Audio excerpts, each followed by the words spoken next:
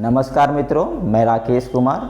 आज के सेशन में मैं 12वीं क्लास का जो 5वां चैप्टर है भाग 2 पुस्तक के प्रथम चैप्टर को लेकर के मैं आया हूं, अध्याय को लेकर के आया हूं, जिसका नाम है यात्रियों के नज़रिए। और इस को अध्ययन करने से पहले हम चलते हैं, देखिए इसके पहले, क्योंकि मैंने बार बार मैं आपको बताता हूं कि इतिहास का अध्ययन करने से पहले आप उसके पहली वाली कड़ी जो है, जो पहला जो भाग है जो आपने पढ़ा है, उसको आप जरूर पहले आत्ममंथन कीजिए या चिंतन कीजिए कि इसको उस कड़ी से कैसे जोड़ें। तो सबसे पहले देखें कि 12वीं का जो प्रथम भाग का जो बुक था, उसमें जो चैप्टर थे, ये सब जो चैप्टर आप देख रहे हैं, प्रथम था ईट मन के तथा अस्थियाँ, जिसमें कि हमारी जो भारतीय संस्कृति थी, प्रथम भारतीय संस्कृति, हड़प्पा काल के दौरान जो भी घटनाएं घटी थी उसके बारे में अध्ययन किया गया। और दूसरा जो था राजा, किसान और नगर, उसके अंतर्गत उसके जस्ट बाद जब साम्राज्य का विस्तार हुआ, जैसे मगध 16 महाजन पद थे और मगध साम्राज्य का उदय हुआ, तो उस दौरान राजा, किसान और नगर के बारे में हम लोगों ने अध्ययन किया। उसके बाद देखेंगे बंधुत्व, जाति तथा वर्ग। इसको मैंने कहा था कि सामाजिक इतिहास के बारे में देखा गया इसमें, कि जस्ट जब साम्राज्य का स्थापना हो गई, बड़े साम्राज्य का उदय हुआ, तो उसके बाद जो सामाजिक परिस्थितियां थी उसके बारे में हम लोगों ने अध्ययन किया। उसके बाद देखे थे हम लोग क्या, विचारक, विश्वास और इमारतें, सांस्कृतिक जो विकास हुए, सांस्कृतिक इतिहास रहा प्रारंभिक जो भारत का, उसके बारे में हम लोग अध्ययन किया 600 ईस्वी पूर्व से लेकर के 600 ईस्वी तक।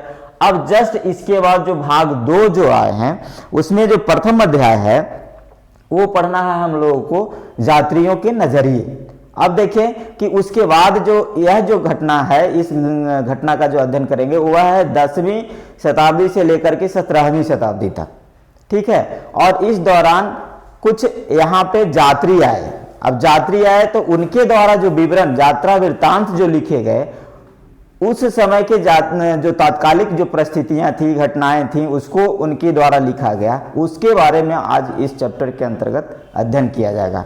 तो आप कड़ी जब देखेंगे, पिछला जो कड़ी है जोड़ करके, तब आपको लगेगा कि नहीं, हमारा जो भारतीय इतिहास के कुछ विषय के अंतर्गत हम अध्ययन कर रहे हैं, तो किस तरह से हम प्रारंभिक जो सभ्यता थी उसके बाद जो भी घटनाएं घटी, साम्राज्य स्थापित हुए, समाज में जो स्थितियां रहीं, फिर सांस्कृतिक जो विकास कैसे रहे, अब उसके बाद 10वीं शताब्दी से लेकर 17वीं शताब्दियों के बीच जो यात्रियों का जो आना हुआ, यहाँ आगमन हुआ, तो उनके द्वारा उस समय के परिस्थितियों का कैसे वर्णन किया गया, उस समय के परिस्थितियों का कैसे हम अध्ययन करते हैं, इस चैप्टर के माध्यम से आज हम लोग सीखेंगे। तो इसमें क्या है, इस अध्याय में जो सीखने वाले जो बिंदु है, सबसे पहला है अल-बिरूनी तथा किताबुल हिंद। अल-बिरूनी एक यात्री थे, उनके द्वारा किताबुल हिंद लिखा गया था, उसके बारे में हम लोग सीखेंगे। इब्न बतूता का जो रिहला है पुस्तक, उसके अंतर्गत हम लोग सीखेंगे। फ्रांसवा बर्नियर एक विशिष्ट चिकित्सक थे और भारत उनका आगमन हुआ था, और वो कैसे किस तरह से यहाँ के सांस्कृतिक सामाजिक स्थितियों का वो अपने वर्णन लेखन में वर्णन किया है, उसके बारे में। इब्न बतूता तथा अनजाने को जानने की उत्कंठा। इब्न बतूता को बहुत जिज्ञासा था कि अनजाने हुए चीज को, अनजानी विषय वस्तुओं को कैसे जाना जाए। और बर्नियर तथा अविकसित पूर्व, इसके अंतर्गत आगे हम लोग चलेंगे कि किस तरह से बर्नियर ने पश्चिम और पूर्व की सभ्यता को तुलनात्मक अध्ययन किया है। और उसके बाद जो महिलाओं की स्थिति थी, दासी के रूप में या फिर कहा जाए सती के रूप में या श्रमिक के रूप में, उनके बारे में इस अध्याय के अंतर्गत चर्चा की गई है।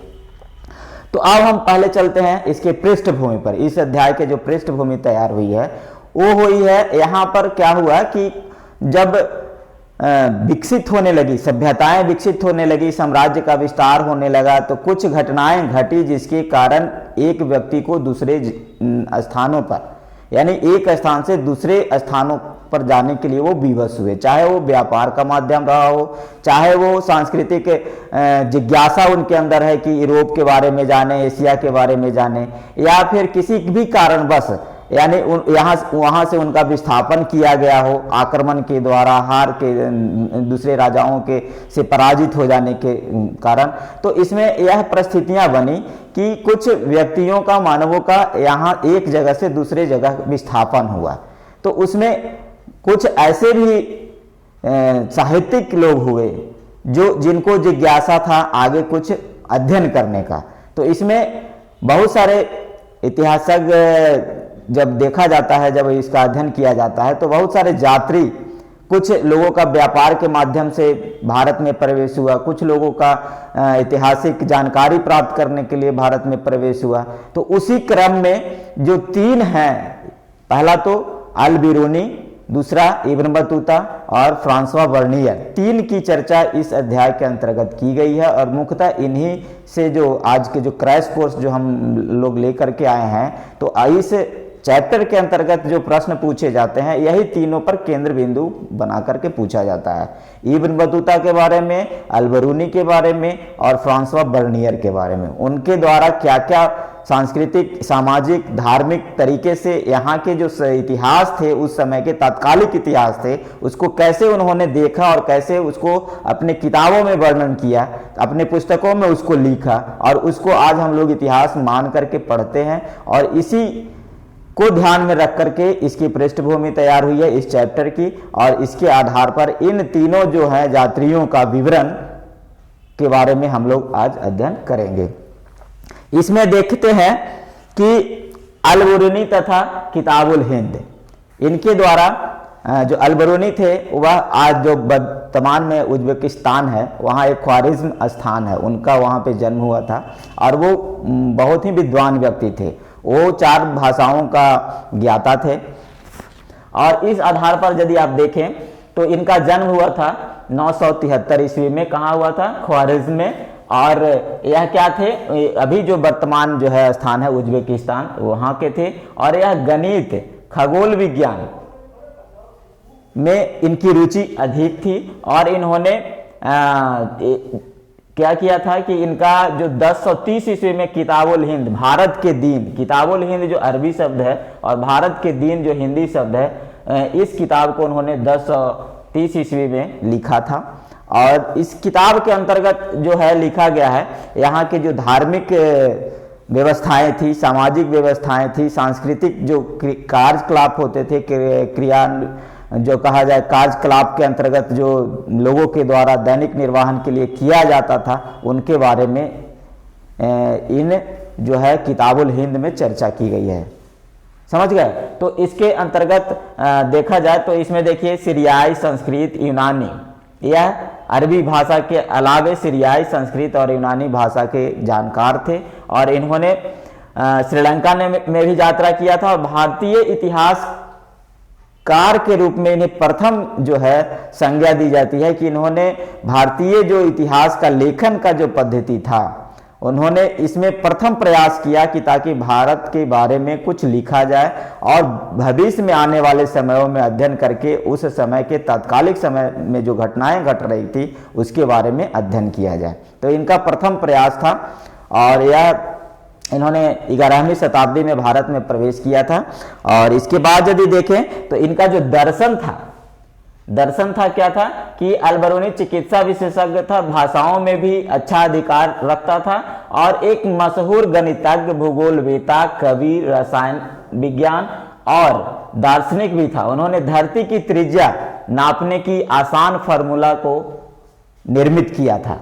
और उसी तरह से किताबुल हिंद के बारे में जब देखेंगे तो इसमें क्या है, धर्म का है, दर्शन का है, त्योहार का, खगोल विज्ञान, रीति रिवाज, प्रथाओं, सामाजिक जीवन, कानून आदि विषयों पर विस्तार पूर्वक इस पुस्तक में भारत की स्थिति की चर्चा की गई है। अब देखें तो इसमें देखते हैं कि देखें तो धर्म, दर्शन, त्योहार, खगोल विज्ञान पूर्णतः इन्हीं के बारे में। और यह एक संस्कृतवादी परंपराओं पर आधारित है यह पुस्तक। और इनका जो पुस्तक लिखने का जो तरीका था वो पहले एक प्रश्न पूछा करते थे, प्रश्न से उनकी शुरुआत होती थी। उसके बाद संस्कृतवादी जो व्यवस्था थी उसके अंतर्गत इनकी पुस्तक की रचना थी। और बाद में जो उनका जो लास्ट जो होता था उसमें लिखा जाता था तुलनात्मक अध्ययन, किसी दूसरे स्थानों से उनकी तुलना करके उसमें लिखा जाता था। अल बिरूनी ने 146 किताबें लिखी, जिसमें क्या था 35 खगोल शास्त्र से संबंधित थे, 23 ज्योतिष शास्त्र से थे और 15 गणित से थे और 16 साहित्यिक तथा अन्य विषयों पर इनका विस्तार से वर्णन मिलता है। और एक चित्र के माध्यम से, जैसे किस तरह से इन्होंने त्रिज्या मापने का एक फार्मूला जो बनाया था उसके आधार पर यह एक चित्र माध्यम से यह जो भाषाएं लिखी गई है अरबी भाषा में इसको लिखा गया है। अब देखें, इसके बाद जो थे 14वीं शताब्दी में इब्न बतूता का एक रिहला पुस्तक था। इब्न बतूता मोरक्को से आए थे, उनके द्वारा एक रिहला पुस्तक लिखी गई थी, जिसमें एक उसके आगे चर्चाएं की गई है कि यह आरंभिक विश्व यात्री थे। जैसे मार्को पोलो ने विश्व की यात्रा की थी, उसी तरह से यह इब्न बतूता ने भी मोरक्को से अपना प्रारंभ किया और यूरोप और एशिया के देशों में, भारत, चीन, यहाँ तक कि रूस की भी जिक्र कहीं कहीं होती है कि रूस की भी उन्होंने यात्रा की थी। और यह एक विश्व यात्रा, इनका जो उद्देश्य था वह दूसरे प्रदेशों में जाकर के, दूसरे महादेशों में जाकर के कुछ नई नई जानकारियां हासिल करना और मानव तक पहुंचाना। इनकी जिज्ञासाएं थी कि मैं यात्रा करूं और कुछ नई नई जानकारियों को लोगों तक नई जानकारी के साथ प्रस्तुत करूं। और जिज्ञासाओं का उपभोग, जैसे मैंने कहा आपको, इनकी जिज्ञासाएं शुरू से थी। यह साहित्य शास्त्री के तौर पर इनका जो जन्म हुआ था वह शिक्षा शास्त्रियों के घर में ही हुआ था और इनका जिज्ञासा प्रारंभ से ही था। और उन्होंने भारत की यात्रा की, चीन की यात्रा की, श्रीलंका की यात्रा की, यूरोपियन देशों की यात्रा की, और वहां से जो भी इनको लगा कि यहाँ की जो वस्तुएं हैं वहां से भिन्न है, हमारे लिए नए हैं, तो वो उन्होंने अपने रिहला जो पुस्तक है भारत से संबंधित है उसमें उन्होंने जिक्र किया है। उसी तरह से फ्रांसवा बर्नियर 17वीं शताब्दी में भारत में आए और उन्होंने वह एक विशिष्ट, मतलब कहा जाए स्पेशलिस्ट से चिकित्सक का, मेडिकल साइंस में इनकी महत्वपूर्ण योगदान, मतलब उनकी जानकारियां रही थी। पूर्व और पश्चिम के तुलनात्मक अध्ययन में इनकी अहम भूमिका रही। यह फ्रांस के रहने वाले थे और फ्रांस से आए थे, तो यह जो थे कि मतलब इनका जो पेशा भी था वो चिकित्सक का ही था, डॉक्टर का ही था। और इनकी जो जिज्ञासा थी वह पूर्व और पश्चिम, पूर्व कहा जाए तो भारत और पश्चिम देश कहा जाए तो आपका यूरोपीय जो देश हैं, फ्रांस है, इंग्लैंड है, जर्मनी है, तो उनसे इनका तुलनात्मक अध्ययन लिखने का इनका पूरा जिज्ञासा था। और जहां कहीं भी इनका जो इतिहास मिलता भी है तो वो पूर्व और पश्चिम का तुलनात्मक अध्ययन करते हुए, और इन्होंने क्या किया है कि पूर्व को बहुत ही निम्नतर स्थिति में दर्शाया है और पश्चिम के जो देश थे उनको बहुत उच्च श्रेणी के प्रदेशों में बताया गया है कि वहाँ मानवों की स्थिति अच्छी रही। पूर्व के में जो देश हैं उनके जो मानवों की जो स्थिति रही वो निम्न स्तर की रही। तो इस तरह से इनका जो है वह पूर्व और पश्चिम का तुलनात्मक अध्ययन करते हुए रहा। उसी तरह से एक परिचित संसार की समझ के अंतर्गत यह जो बिंदु आता है, तो इसमें अल-बरूनी ने संस्कृतवादी परंपरा समझने के आधार बनाए, उन पर विजय भी प्राप्त की और जो जाति व्यवस्था थी उस पर अल-बरूनी ने विस्तार से किताबुल हिंद में चर्चा की है। और इब्न बतूता ने क्या किया है कि जो नारियल, यहाँ जो उनको लगा कि पश्चिम के देशों में नहीं मिलते हैं और यहाँ मिलते हैं, उनकी जो जिज्ञासा थी उत्कंठित होकर के इनकी खोज में लगाया गया। और बर्नियर ने भूमि स्वामित्व का एक प्रश्न जो था भारत में, पश्चिम में जो भूमि स्वामित्व की जो परिकल्पनाएं थी, वहाँ के जो सिद्धांत थे वो व्यक्तियों पर था, निर्भर करता था। उसके स्वामी जो होते थे वहाँ के नागरिक हुआ करते थे, भू स्वामित्व यानी भू मालिक, भूमि का मालिक हुआ करते थे वहाँ के नागरिक। लेकिन भारत में क्या था कि यहाँ के राजा भूस्वामी हुआ करते थे। तो यह जो परिस्थितियां बनी थी, तो इसमें भूस्वामित्व पर प्रश्न उठाया था कौन, किसने? फ्रांसवा बर्नियर ने। और एक अधिक जटिल सच्चाई, जो सामाजिक सच्चाई थी, उसके बारे में इन्होंने चर्चा की थी कि किस तरह से भारत में सामाजिक जो संरचना है, सामाजिक जो संगठन है वो है, और पश्चिम में कैसा सामाजिक संगठन है। और जो महिलाओं का जो स्थिति था, जो दासियां, सती और श्रमिका, या इन पर तीनों ने विस्तार से चर्चा की है और इसके अंतर्गत अध्ययन किया गया है। अब देखें तो काल रेखा एक इसमें दिया गया है। इसमें अल-बरूनी, यहाँ पर पुस्तक में लिखा गया है जो प्रोनाउंसिएशन है अल-बीरूनी, लेकिन अधिकांश जगहों पर अल-बरूनी भी कहा जाता है। और दूसरा है कि इब्न बतूता मोरक्को से आए, अल-बरूनी कहाँ से आए? उज्बेकिस्तान जो अभी है, ख्वारिज़्म में उनका जन्म स्थान था। और गजनी के शासनकाल में जब भारत में उनका अधिपत्य हुआ था, पंजाब सिंध प्रांत में, तब उनका आगमन हुआ था। मोरक्को के जो इब्न बतूता थे वह मोहम्मद बिन तुगलक के शासनकाल में आए। और इसी तरह से फ्रांसवा बर्नियर फ्रांस से आए और इन्होंने भारत का भ्रमण किया और यहाँ की स्थितियों के बारे में चर्चा की, जिसमें कालखंड में और कुछ लोग हैं जैसे पीटर मंडी हैं, महमूद वली बल्खी हैं, कब आए इसका इसमें जिक्र है। अब हम लोग थोड़ी सी बात करते हैं कि जब हम क्रैश कोर्स के अंतर्गत हमें आशा है कि आप पहले भी, क्योंकि आपका तो अब समाप्त होने वाला है, 17 दिसंबर नवंबर आ गया है, आपका फरवरी में एग्ज़ाम है, तो मैं आशा करता हूं कि इसका आप पहले अध्ययन किए होंगे। लेकिन यदि नहीं भी किए होंगे तो हमारा जो लेक्चर है, इस व्याख्यान के दौरान जो बातें सामने आई है उसको आप यदि बखूबी सुन लें और जो हमारा जो कंटेंट्स है उसको डिस्क्रिप्शन बॉक्स में जा करके आप अध्ययन कर लें, तो इस चैप्टर से संबंधित जितने भी प्रश्न पूछे जाते हैं वो आप हल कर पाएंगे। और मैं पूर्ण विश्वास के साथ मैं आपको कहना चाहता हूं कि जो भी इसमें प्रश्न पूछे गए हैं, चाहे वो सब्जेक्टिव हो या ऑब्जेक्टिव हो, वो हम लोगों ने क्या किया, मैंने खुद जो पिछला साल के जो प्रश्न हैं उसको मैंने अध्ययन किया है और उसमें देखा है कि इन तरह के प्रश्न पूछे जाते हैं। तो जो इस चैप्टर से प्रश्न पूछ जाते हैं या पूछे जाने की संभावना है उसको मैंने इसमें अंकित किया है और मैंने प्रयास किया है कि आप लोगों तक यह पहुंचे। और ढंग से यदि डिस्क्रिप्शन का अध्ययन आप कर लेंगे तो आपको इस चैप्टर से संबंधित सभी प्रश्न जितने भी पूछे जाते हैं, यहाँ तक मैंने देखा है कि ऑब्जेक्टिव में इब्न बतूता, अल-बरूनी और वर्नियर से संबंधित प्रश्न पूछे गए हैं।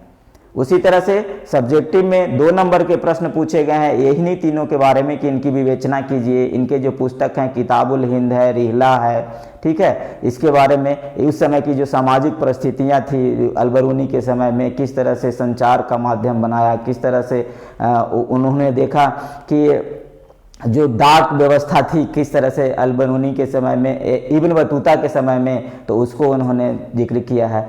तो उसमें यह इसमें सारे कंटेंट्स में दे दिए गए हैं, आप देखें। जैसे कि मैं उदाहरण के तौर पर जो वस्तुनिष्ठ विषयनिष्ठ प्रश्न हैं, जो लॉन्ग टर्म के जो क्वेश्चन हैं उसको कैसे डील किया गया है आप इसको देखेंगे, ऐसे मैं आपको चर्चा कर दे रहा हूँ।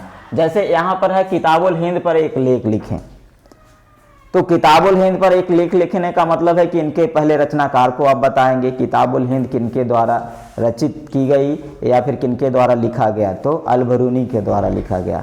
और इसमें क्या कैसी किन किन बातों की चर्चा की गई है, तो इसमें आप लिखेंगे भारत के तत्कालिक समय, जिस समय 11वीं शताब्दी में जब इनका प्रवेश हुआ था, गजनी के समय में इनका भारत में आगमन हुआ था और गजनी के साथ ही आए थे, तो उस समय की जो परिस्थितियाँ थी उसके बारे में, सामाजिक परिस्थिति में क्या क्या थी। जैसे सामाजिक 4 वर्गों में बटा हुआ था, ब्राह्मण, वैश्य, क्षत्रिय, वैश्य और शूद्र, जो कि इनका चर्चा में मिलता है। दूसरी बात क्या लिखेंगे कि जो इनका जो लिखने का जो तरीका था, जो प्रथम जो प्रश्न से शुरुआत करते थे, और दूसरा संस्कृतवादी व्यवस्था को शामिल करते थे, और तीसरा क्या करते थे कि तुलनात्मक अध्ययन का भी विवरण ये प्रस्तुत करते थे। तो किताबुल हिंद में इन्हीं प्रक्रियाओं से इन पुस्तकों को लिखा गया है। और यदि देखें तो जो ज़्यादातर इनका जो विज्ञान से, खगोल से संबंधित है, तो यहाँ की जो व्यवस्थाएं थी उनके बारे में इन जो चर्चा की गई है, संस्कृतियों का विकास कैसे हुआ। जैसे इनके बारे में लिखा जाता है कि जैसे अल-बरूनी का जो साहित्यिक जो स्रोत था वो ज़्यादातर यहाँ जो प्रचलन में जो ग्रंथ थे, जैसे महाभारत थे, पुराण थे, वेद थे, या फिर कहा जाए रामायण थे, तो उनमें जो प्रचलित कथाएं थी उनका जो सहारा लिया गया और जो परिस्थितियां उन्होंने देखा उसके बारे में इसमें चर्चा करना है कि इन पर यदि लेख लिखना है तो जो परिस्थिति है उसके बारे में इसमें लेख में वर्णित करना है। दूसरा जो प्रश्न है आपका कि इब्न बतूता और वर्नियर ने जिन दृष्टिकोणों से भारत में यात्रा के वृत्तांत लिखे हैं उनकी तुलना कीजिए। किसमें? इब्न बतूता और वर्नियर ने।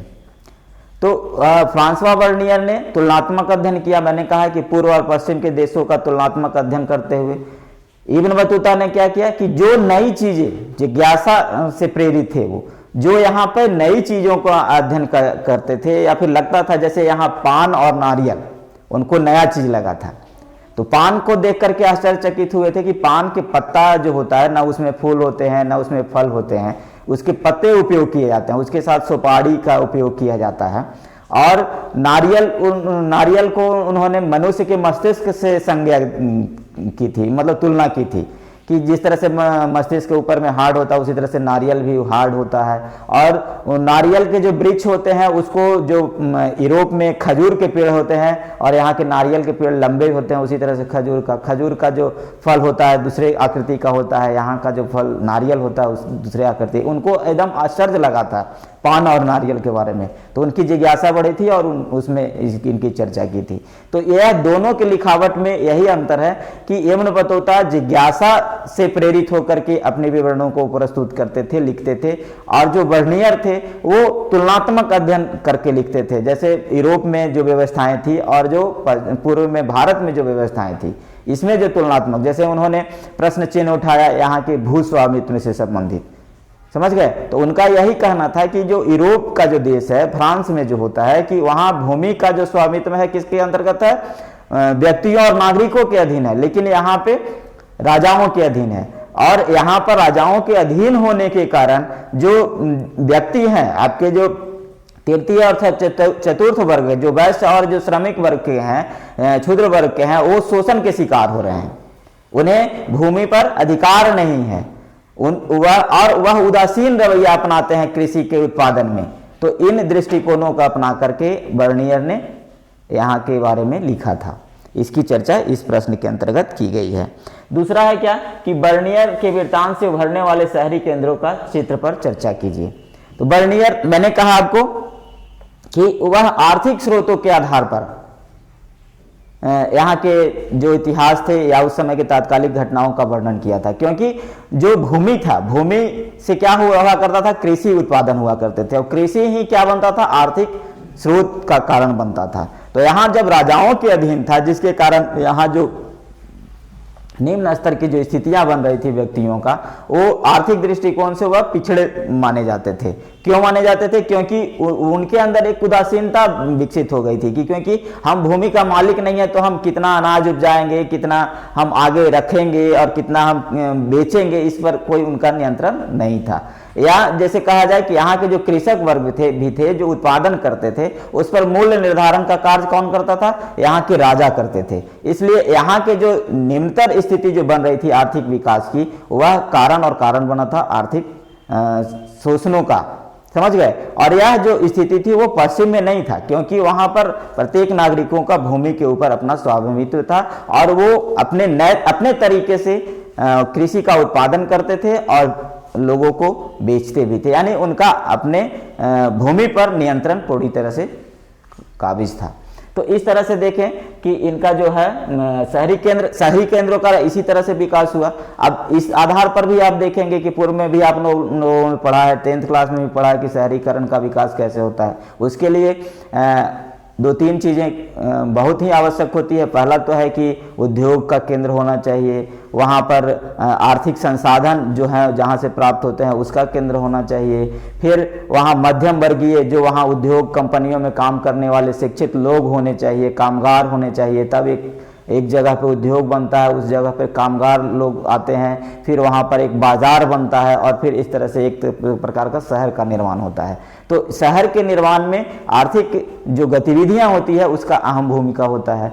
और यही आधार पर इन्होंने जो देखा, यहाँ की जो स्थितियाँ देखी शहरों के बारे में, उसमें अहमदाबाद शहर के केंद्र है, मुंबई शहर का केंद्र था, दिल्ली उस समय के काल में दिल्ली बोला जाता था, दिल्ली नहीं बोलते थे, दिल्ली के बारे में इन्होंने चर्चा की है। और इसी प्रश्न के अंतर्गत इस तरह से इसमें चर्चा करनी है आपको। फिर है क्या कि इब्न बतूता द्वारा दास प्रथा के संबंध में दिए गए साक्ष्य।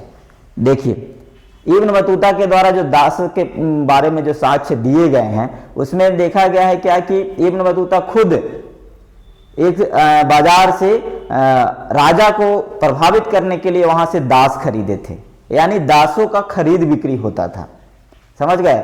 जो आकर्षक वस्तुएं होते थे उसके साथ साथ यदि किसी को प्रभावित करना रहता था, जैसे उपहार स्वरूप देना रहता था, तो बाजार से दास खरीदते थे और दास को वहां उनके सामने प्रस्तुत किया जाता था और वो राजा प्रभावित होकर के कुछ न कुछ इन्हें जो स्टेटस है, इनकी जो व्यक्तिगत स्थिति है उसमें सुधार या फिर इन्हें कोई पद का दर्जा दिया जाता था और उन्हें उस कार्य के लिए कहा जाता था। तो इब्न बतूता जो थे वो दास प्रथा के बारे में पूरी तरह से कहा है कि दासों का जो व्यापार हुआ करता था, बाजार में इसे खरीदे और बेचे जाते थे, समझ गए। और इसमें स्त्रियां भी होती थी शामिल और पुरुष भी शामिल होते थे। और जैसे घरेलू कार्यों के लिए दास की आवश्यकता होती थी, अपनी आवश्यकता अनुसार लोग दास खरीदते थे और उनसे वो कार्य लेते थे। इसमें इस तरह की चर्चा की गई है।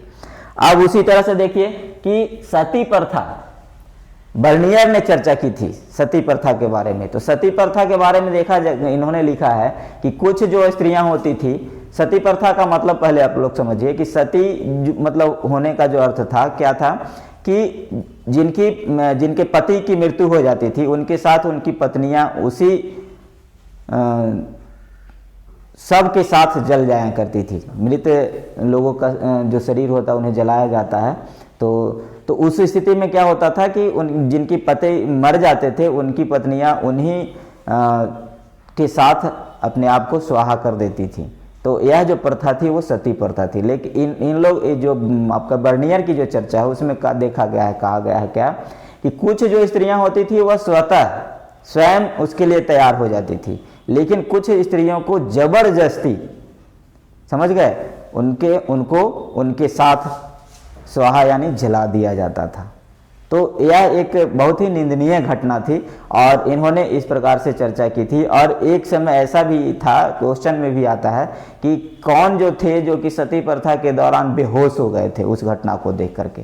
तो यही बर्नियर महोदय देखते के साथ वो बेहोश हो गए थे और उनसे बहुत गहनता से वो प्रभावित हुए थे। वही चर्चा इसके अंतर्गत की गई है, इसके बारे में लिखा गया है। अब जाति व्यवस्था का जो था अलबरूनी का, हमने कहा कि जाति व्यवस्था जो थी उस समय, जो आपको मैंने इसके पहले अध्याय में भी बताया था बंधुत्व जाति तथा वर्ग में, कि जाति जो व्यवस्था थी वो 4 वर्गों में था। वो पहला तो था ब्राह्मण, दूसरा था आपका क्षत्रिय के बाद वैश्य और उसके बाद शूद्र या श्रमिक या मजदूर कहा जाए उनको, ठीक है। तो इस तरह से जो सामाजिक व्यवस्था बनी थी। और यह जो सामाजिक आधार किनके द्वारा लिया गया था, उस समय के जो ग्रंथ थे यहाँ पर प्रचलित कथाओं में, जैसे महाभारत में, रामायण में, वेद में, पुराण में, तो उनका उन्होंने अध्ययन किया था, क्योंकि ये संस्कृत के भी ज्ञाता थे, संस्कृत विषय को भी ये जानते थे और इन्होंने संस्कृत से अरबी भाषा में अनुवाद किया था। तो यह उससे लिए थे। और इनमें कहीं कहीं जब आलोचना इनकी होती है तो कहा भी जाता है इतिहासकारों के द्वारा कि उन्होंने केवल और केवल ब्राह्मण ग्रंथों से जो है स्रोत मान करके इस समय की जो सामाजिक स्थितियां थी उसके बारे में लिखा गया है। उनका जो प्रॉपर में जो वास्तविक स्थिति थी समाज का, उस पर उनका चर्चा कम मिलता है। तो इन्होंने सामाजिक श्रेणियों में बटा हुआ जो समाज था उस समय के अंतर्गत अलबरूनी ने इसमें चर्चा की है। आप देखिए इसमें जो है पूरा आपका जो है जाति व्यवस्था की तुलना प्राचीन फारस के सामाजिक व्यवस्था से करते हुए उन्होंने आगे किया। अपवित्रता की मान्यता को अस्वीकार किया। जैसे देखा जाए तो इन्होंने एक और घटना के बारे में इसमें जिक्र किया है कि जो भी घटनाएं घटती थी अपवित्रता की, तो उन्होंने प्रकृति से इनको जोड़ा है। जैसे मान लिया जाए कि कोई वस्तु यदि अपवित्र होता है तो वह क्या होता है कि सूर्य की रोशनी पाकर के वह पवित्र हो जाता है। तो इन्होंने प्राकृतिक घटनाओं से, जैसे कहने का मतलब है कि यहाँ जो क्षुद्र थे, एक समय की घटना है कि कहीं पर इनके चर्चाओं में जिक्र होता है क्या कि जो निम्न स्तर के जो यहाँ सामाजिक वर्ग थे उनका छुआ हुआ पानी तक उच्च वर्ग के श्रेणी उसका इस्तेमाल नहीं करते थे, वो अपवित्र मान लेते थे। तो उसको कैसे पवित्र माना जाए, तो यही प्राकृतिक घटनाओं का सहारा लेते हुए उन्होंने समझाने का प्रयास किया था कि कोई भी अपवित्र नहीं है। अपवित्र होता भी है तो उसे प्राकृतिक तौर पर, जिस तरह से स्वच्छ जल को प्रकृति ने, दूषित जल को स्वच्छ जल में परिवर्तित कर देता है, या जो प्रदूषित वायु होती है उसको प्रकृति ने वायु को स्वच्छ वायु बना देता है। उसी तरह से यह भी जो घटनाएं घटती हैं संस्कृति में या फिर समाज में, तो वह भी अपवित्र से पवित्र की तरफ वह उनको पवित्र बना दिया जाता है। तो इसके बारे में इसमें पूरी तरह से मूल्यांकन करते हुए अपवित्रता की मान्यता को अस्वीकार किया था इन्होंने। उसी तरह से इसका मूल्यांकन किया था कि जो अलबरूनी की जाति व्यवस्था संबंधित जो विवरण है वह संस्कृत के ग्रंथों से गहन अध्ययन करके लिया गया है, जैसा कि मैंने आपको बताया। कि जो उस समय जो प्रचलित थे उससे लिया गया था। उसके बाद यदि देखें तो अगला जो क्वेश्चन है आपका, क्या आपको लगता है कि समकालीन शहरी केंद्रों में जीवन शैली का सही जानकारी प्राप्त करने में इब्न बतूता वृत्तांत सहायक है? अपने उत्तर के कारण दीजिए। अब देखिए यहाँ पर महाराष्ट्र की चर्चा की गई है, और जो मैंने कहा आपको कि इब्न बतूता क्या थे, जिज्ञासु प्रवृत्ति के थे। इन्होंने शहरों का भ्रमण किया, और जहाँ पर जब आप पुस्तक में अध्ययन करेंगे और इस कंटेंट्स को देखेंगे तब आपको समझ में आएगा पूरी तरह से अध्ययन करके। लेकिन मैं आपको बता देता हूँ कि जब इन्होंने शहरी क्षेत्रों का भ्रमण किया, ठीक है, तो वहाँ पर इन्होंने क्या यहाँ पर अपने आप से आपको मूल्यांकन करके देखना है कि जो इनके द्वारा शहरों का विवरण दिया गया है और मेरे अनुसार शहरों का विवरण कैसा होना चाहिए, इसका इसमें इस प्रश्न में पूछा गया। इब्न बतूता के द्वारा जो शहरों का जो वर्णन किया गया है, तो मैंने कहा कि जो जिज्ञासा शहर में जाया करते थे और शहर में जो भी इन्हें नई चीजें रखती थी उस पर वो गहनता से विचार करते थे, आत्ममंथन करते थे, और उसके बारे में देखा इन्होंने। शहरों के बारे में इन्होंने लिखा कि जो भी शहर जो थे, व्यापारिक जो केंद्र बने थे, व्यापारिक केंद्र के इर्द गिर्द ही शहरों का निर्माण हुआ था। इन्होंने महाराष्ट्र की चर्चा, जो मुंबई है उसके बारे में चर्चा की है। तो वहाँ जो उन्होंने देखा, व्यापारिक जो स्थितियाँ देखी, उसमें शहरों में अधिक भीड़ भाड़ हुआ करते थे, सड़कें तथा जो है चमक दमक वाले रंगीन बाजार हुआ करते थे। वहाँ रंगीन बाजारों में मनोरंजन की भी व्यवस्थाएं की गई थी, समझ गए। तो इस आधार पर इन्होंने शहरों की चर्चा की है इसमें। अब देखा जाए तो यहाँ पर चर्चा करने के लिए कि बर्नियर का वृत्तांत, यानी आप अब देख पाएंगे कि जो भी मैंने आपको कंटेंट्स दिया है वह 3 ही व्यक्तियों के ऊपर केंद्रित है। किनके ऊपर? आपको अल्बरूनी के ऊपर, इब्न बतूता के ऊपर और फ्रांस वर्नियर के ऊपर। अब तीनों का जो महत्वपूर्ण है, उज्बेकिस्तान से आए थे, कौन आए थे आपका? गजनी के साथ आए थे अल्बरूनी, ठीक है।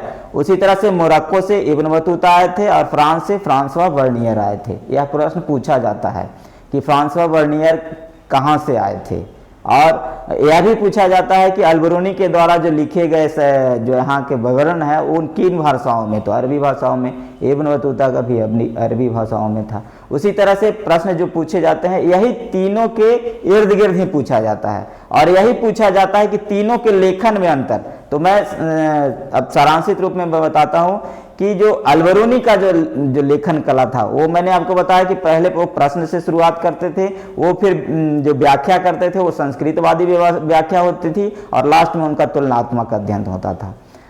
इब्न बतूता का कैसा लिखने का जो सिद्धांत था, उन्होंने जिज्ञासु प्रवृत्ति को अपनाया था। जो भी नया वस्तु उनको लगता था, जो देखा गया अनुभव होता था कि नया है, तो उसके बारे में वो बढ़ चढ़ करके उसका विवरण प्रस्तुत करते थे।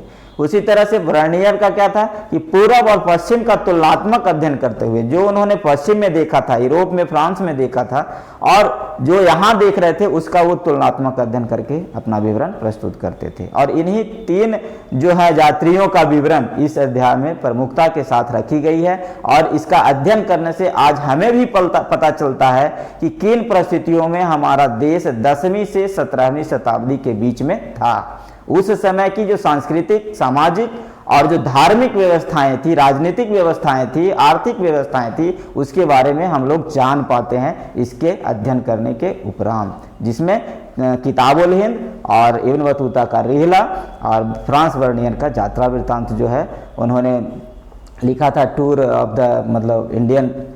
तो उस आधार पर उसका अध्ययन करने से उस समय के तात्कालिक इतिहास के बारे में पता चलता है। अब मैंने आपके लिए क्या किया है कि आप इसको देख लेंगे, और ऑब्जेक्टिव प्रश्न है इसमें। अब यह ऑब्जेक्टिव प्रश्न जो प्रश्न में पूछे गए हैं पूर्व में, उसी को इसमें रखा गया है और इस चैप्टर से रिलेटेड है। तो इसको आप देखें, एक आध उदाहरण के तौर पर देख लें कि अब यहाँ पर अपनी आंखों के सामने सती प्रथा का दृश्य देखकर यहाँ पर कौन होना चाहिए, लगता है मिस्टेक हो गया है, विदेशी यात्री मूर्छित हो गया था। तो इसमें कौन था? इब्न बतूता, ठीक है। तो इस आधार पर अभी मैंने कहा था कि यह प्रश्न आया है कहीं पे, तो आप देख लेंगे इस प्रश्न को, और इसी के आधार पर हमने एक स्वमूल्यांकन का जो शीट बनाया है आपका, एक स्व मूल्यांकन का सेट बनाया है आपका, यह भी ऑनलाइन ही मोड में है। इसको आप जब क्लिक करेंगे, यह जो लिंक है आपका टेस्ट का लिंक है और यह QR कोड है, लिंक को आप क्लिक करेंगे तो आपका टेस्ट खुलेगा और टेस्ट में आपसे विवरण मांगा जाएगा, आपका छात्र का नाम है, विद्यालय का नाम है, रोल नंबर। उसके बाद जब नेक्स्ट बढ़ेंगे तो जब प्रश्न पूछे जाएंगे उसका जवाब देना है और कितना आपने सही किया, व्यू में जाकर क्लिक करेंगे तो आपको पता चल जाएगा कि हमने 17 क्वेश्चन दिए हैं, कितना आपका सही हुआ है। उसी तरह से QR स्कैन, किसी में मोबाइल में स्कैनर रहता है तो आप करेंगे इसको स्कैन तो आपका डायरेक्ट लिंक खुल जाएगा और वहां से जा करके आप अपना स्व मूल्यांकन कर सकते हैं।